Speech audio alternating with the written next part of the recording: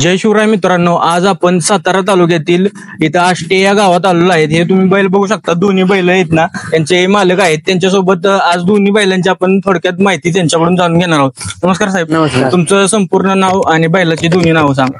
माझं नाव गौरव अमल भोसले, त्या बैलाचं नाव सावकार आणि त्या बैलाचं नाव सरदार. सरदार काय? तुम्हाला किती वर्षापासून बैल पाहण्याचा अनुभव आहे? मला 4 वर्ष झालं. 4 वर्ष काय? त्याच्या आधी कोण पाहत होतं? त्याच्या आधी वडील बघत होते, चुलते बघत होते. आज तेच बघतात. तेच बघतात का? आपण त्यांच्याकडे जातो. आपल्या घरचं आहे म्हणून आपलं. तुमचा बैल कोणत्या जातीचा आहे? आपला बैल खिलार धनगर खिलारमध्ये. खिलगार धनगर काय? धनगरी खिलारमध्ये. बैलगाडी क्षेत्रात कोणकोणत्या जातीचे बैल पाळले जातात? बैलगाडी क्षेत्रात खिलार आहे, म्हैसूर आहे, सलगरी जाती ती, साधी आपली गावरान जात आहे, प्लस बेरड जाती ती कर्नाटकची ही जात आहे. सगळ्यात चांगली कुठली बऱ्यापैकी म्हणलं तर? असं काय झालंय, प्रत्येक जातीचा बैल टॉपला पळते आता. त्यामुळे आपण असं सांगू शकत नाही की बाबा ही जात टॉप आणि ती जात खालची. सगळी टॉपला पळते, सगळ्या जाती आता टॉपला आहे. टॉपला तुमच्या बैलाचे आरोग्य चांगले राहण्यासाठी तुम्ही कशी काळजी घेता? काय आरोग्यासाठी आपलं 3 दिवसात 4 दिवसात धुणं पुसणं, रेग्युलर काय कॅल्शियम येते असते चालू. दवाखान्यात वगैरे कसं मग ती डॉक्टरला? हो, डॉक्टर असतो बैलाचा, फिक्स डॉक्टर आहे दोन्ही बैलांचं. फिक्स आहे का? फिक्स. महिन्यात बघून जातात? महिन्यातनं 1.5 महिन्यातनं आपलं हे राऊंड असतं, इकडे की येतात बघून जातात, बैल बघून जातात, चेक करून जातात. या बैलाची गाडी कोणकोणत्या ड्रायव्हरने चालवली आहे आतापर्यंत? या बैलाची गाडी पहिलं मैदान होतं बाजारात असताना ताऊ गाडी चालवली प्रज्वल ड्रायव्हर करंडी. त्यानंतर बैल 1 सीझन अख्खा पळला ऋषी ड्रायव्हर सोनगावकरांच्या हाताखाली. त्यानंतर आमचं वागड्यावर शेकवडे त्यांच्या हाताखाली बैल पळला. त्यानंतर आता बैलाची गाडी आणते बंटीड्यावर आंबेदर. तर नागटांना पण तेच ड्रायव्हर होता? नाही, नागटांना आता लालाड्यावर शिंदेवाडी त्यांनी गाडी आणली. शिंदेवाडी. शर्यतीच्या आधी गाडी आणि बैलाची तयारी कशी करता तुम्ही? शर्यतीच्या आधी म्हणायचं झालं तर आदल्या प्रश्न बैलाचं एकदम सगळं ओके करणं, दुसऱ्या दिवशी मैदानात जाणं सगळं, त्यानंतर बैल झोपणं आणि खाली नेऊन सोडणे. सोडल्यानंतर काय असेल ते बैलांचं आणि ड्रायव्हरचं काम. ड्रायव्हरचं काम काय? तुमचं नाही? आपलं नाही, आपण फक्त बैल खालनं सोडलं तर आपला बैल सोडल्यानंतर नशिबाची साथ असते ते सगळं होणार. बैलांना शर्यतीसाठी प्रशिक्षण कसं देता तुम्ही? प्रशिक्षण काय, बैलांना फेर पहिला आलत असताना फेर चालू होतं, फेऱ्यानंतर हळूहळू. फेर म्हणजे काय असतं? फेर म्हणजे दोन्ही बैल रेसल आपलं रेसल टाईप. आपल्या बैलांनी सर्वात मोठे मैदान कोणते मारले आहे? सगळ्यात मोठं मैदान तर जायगावचं मागच्या वर्षी आदत केसरीचं मैदान झालेलं ते मैदान. त्यानंतर पेडगावचं त्यानंतर इथं आपली शेकवाडी फाटी म्हणून आहे, त्या फाटीला बैला सलग 5 बिनजोड झाल्या, कडत 5 बिनजोड झाले सलग. होय. आतापर्यंत कोणकोणत्या मैदानावर बैल आपला पळला आहे? बैल आता बरीच झाली. ठराविक सांगायचं तर पेडगाव आहे, जायगाव आहे, नागटाण आहे, आता पुशेगाव नव्हतं. परत कोरेगाव मैदाना बैल पळला. परत खाली त्या खालचा सगळा कोरेगाव भाग झाला, खटाव भाग, पुशेगाव भाग, परत कराड उमरज फाटी झाली.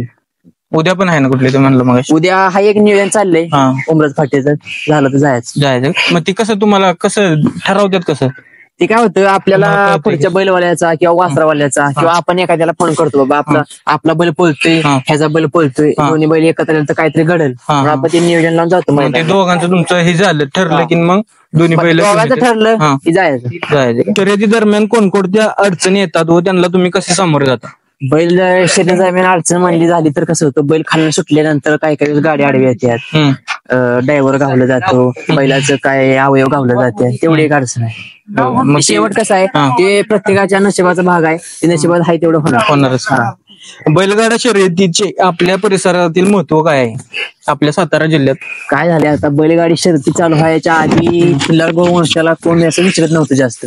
बैलगाडी क्षेत्र चालू झाल्यापासून खिल्लार गायला, खिल्लार बैलाला, खिल्लार वासरांना मार्केट आलं. त्यामुळे कसं झालं, गोरगरिबांच्या घरच्या वासरांना बी किंमत आल्या, सगळं झालं. परत आपले मैदानामध्ये व्यावसायिक असतात, व्यवसायांची घरं चालू झाली. बरोबर, ती परंपरा आहे ना पहिल्या पण चालत आहे माणसांची. बैलगाडी शर्यत म्हणले की यात्रा म्हणली बैलगाडी शर्यत अड्डा असला, त्यामुळे हे महत्व वाढले, अजून वाढले, आता अजून वाढत जाणार. हा तुमचा स्वतःचा बैल आहे आणि तो तुम्ही शर्यतीसाठी पळवता, तर मग याबाबत गावकऱ्यांचा प्रतिसाद कसा असतो?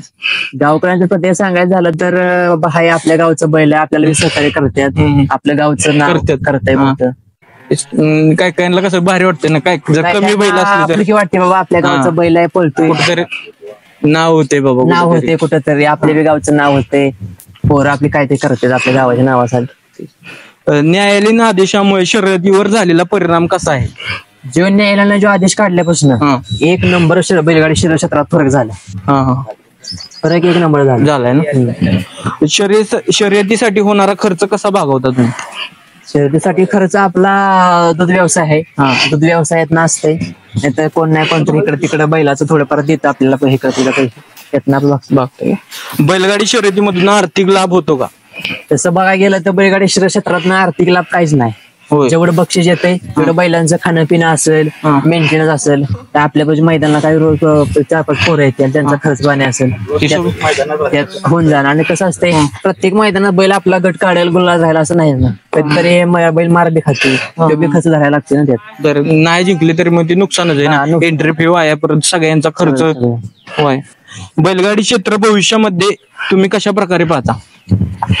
बैलगाडी क्षेत्रात खरं बघायला गेलं ना तर भविष्य असं करण्यासारखं काय नाही. एक आपलं एक नाद आणि आपल्या दुसऱ्या व्यवसायावरून आपण कुठला तरी आपला एक छंद असतो, आणि आपला गोवंश आपल्याला गायचा नाद आहे, बैलाचा नाद आहे, म्हणून ह्यो खेळ आपल्याला जोपासायचा. इथनं पुढे सुद्धा आपण जोपासत राहणार जोर आपला आहे तोवर. आणि जसं मग तुम्ही म्हणला बैल बाबा ह्यो आता तुम्ही बैलगाडी क्षेत्रात पळवत नाही बैल, तरी पण तुम्ही त्याला ठेवलाय, मग तो कधी कधी पावला जायचा? बंदी व्हायच्या अगोदर का? बैल जेव्हा आपला आता मध्ये बंदी होती बैलगाडी क्षेत्रात, त्याच्या आधी तो बैल म्हणजे तो बैल ट्रिपल केसरी बैल झाला. त्या बैलानं असं आमचं कुठंच नाव ठेवलं नाही. आपला सातारा भाग घाट झाला, कोरेगाव खटाव भाग झाला, मुंबई झाला, पुन्हा लोणावळा भाग झाला, सगळ्या भागात बैलांना नाव करून दिलं. इथून पुढे सुद्धा बैल आपलं नाव करतोय. जरी इथून पुढे बैल दावणीला राहिला तर बाबा साताराच्या दावणीचा बैल आहे, त्यामुळे आपल्याला पहिऱ्याची आजपर्यंत एकही अडचण नाही आली. होय, माणसं विचारतात मैदानात गेलो बैल हाय का अजून जुना? होय, म्हणजे एवढं माणसांच्या लक्षात आहे बैल, एवढं वय होऊन सुद्धा बैल अजून सुद्धा पळतोय. जो कोणत्याही क्षेत्रातला कोणत्याही प्रकारचा छंद असतो माणसाला, त्या छंदामधून माणसाला कोणताही इन्कम होत नाही. फक्त एक मनाचं सुख म्हणून ही 2 बैल आपल्या धावणीला आहेत. इथून पुढे सुद्धा ह्याच्यानंतर सुद्धा कायम बैल आपल्या धावणीला राहणार. किती साली ही खरेदी तुमची? तो बैल आपण 2015ला घेतलेला. 15ला? त्याच्या आधी बैल 2-1 वर्ष त्यांच्यापाशी पळत होता. तो बैल आपण लासुण्याची दिल्ली बाबर आहेत त्यांच्यापासून ते बैल खरेदी केलाय. होय, कितीला बसला होता त्या काळात? त्या काळात बैल 1,05,000 रुपयाला घेतला. होय.